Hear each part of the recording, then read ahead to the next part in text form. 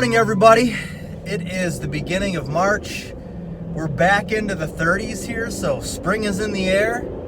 We were supposed to have 50-mile wind gusts today, and it looks like they're only about 35, so couldn't ask for anything more in the state of Wisconsin in March. I think something that's going to be really helpful for people who are just getting into the industry.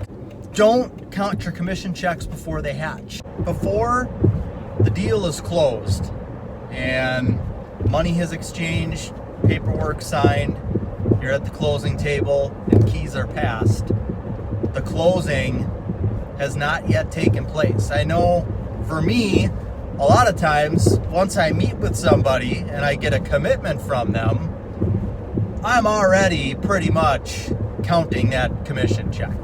I'm doing my budgeting, I'm figuring that one in. Don't do that ideally until you actually have the money in hand. I think it's going to be better for budgeting. I know for me, I'll get a commitment from somebody and I'll project, okay, we're going to move along pretty quickly here. They'll be closed on their construction loan 30 days from now. And I'm always on the optimistic side of things when it comes to predicting when they're going to be closing and when I'll be getting my commission check. So I predict that it's going to happen in 30 days. Well, some things come up, this, that, or the other, and it ends up being 2 months from now instead of 30 days. Well, I budgeted in to have that commission check 30 days from now. When I first started selling new construction homes, and this could have been because this was actually a ready to sell spec home. So we didn't go through the whole process of designing the house and pricing it. This was a home that this particular builder had built, and I had met somebody in an open house. They were interested in the home, and I worked with them for months. I mean, it might as well have been building a home from scratch, but it was bringing them through the house and answering questions and, overcoming objections and this, that, and there was so much stuff that came up. And this was my first real sales experience with somebody. So after months of walking them through the same house, and the market was horrible. This was 2008. So we had just taken a huge dive in the housing market all across the country. So this particular house that they were interested in wasn't going anywhere, thankfully. So after months of taking them through the house and finding out if they could put a fence up or if they could do this or that, what the payments would be, overcoming every objection, we finally wrote an offer. I wrote an offer, got the offer accepted. Ding, ding, ding, ding, ding. All right, I sold the house. Woohoo! My first sale. Yes. So pumped, so excited. Everything was great. All I had was the accepted offer. When you're just starting off, that feels like that's it. You sold the house, and you did. That's definitely one of the bigger hurdles that you need to cross in order to sell a house, is overcoming those objections and ultimately, writing up a building contract with somebody or writing an offer on a home with somebody. So I felt great. It was unbelievable. After we wrote the offer, still continued to meet them over there. Well, they came over and they measured for things, and they had a contractor come out and give them a price on how much it would be to put in a fence, and everything was going great up until the day of closing.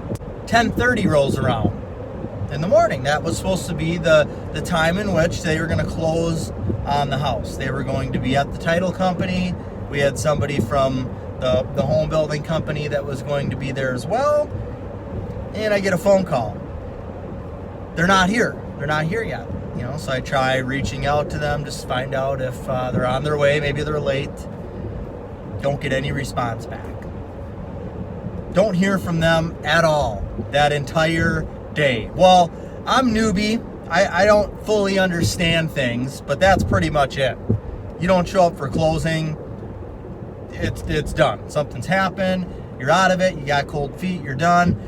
So wishful thinking. I'm like, well, maybe they'll, be around the next day or the next day. Well, it ended up not happening.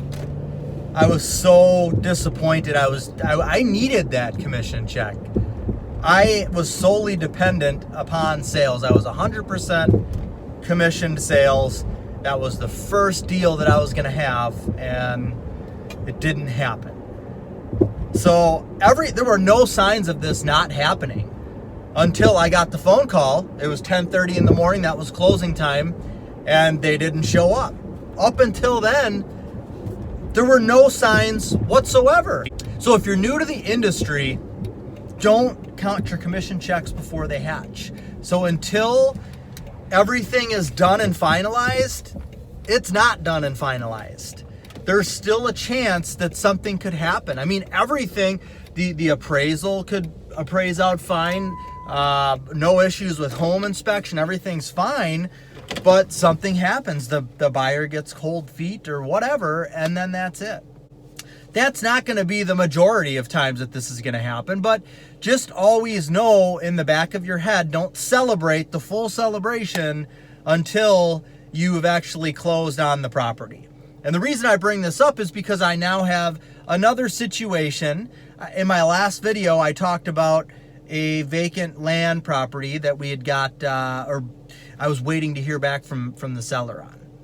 And we did end up getting an accepted offer from the seller. Well, all of a sudden, I get a message from somebody, and they say, hey, I have an interest in this particular property, and I'm not interested in selling it. So now I need, today's Sunday. I can't really do much now. Tomorrow, I'm going to call the seller that I've been working with and find out what's going on here. I'll talk to a title company because they should be able to tell me, okay, these are the names on the deed. In order for the deed to transfer from one person to the other, it can either be signed by this particular seller I'm working with, or it needs to be signed by everybody. And if it needs to be signed by everybody, we've got an issue.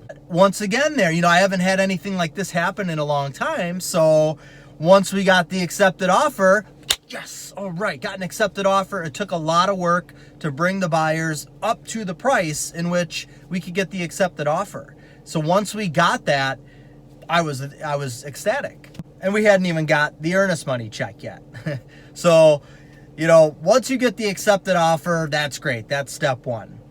Once you get the earnest money from the buyer, that's the second hurdle that you've cleared.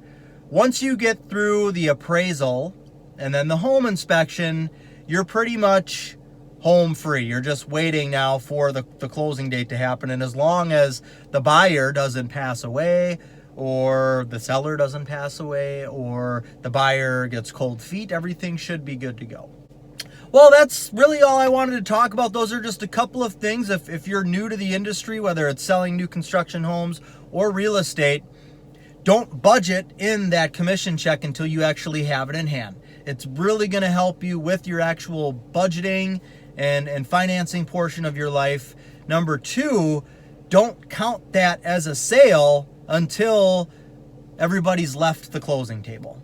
That's all I've got for today. Thanks for your time. Let me know if you've got any questions. Happy to help. Please share this, subscribe. I would really appreciate it. Take care.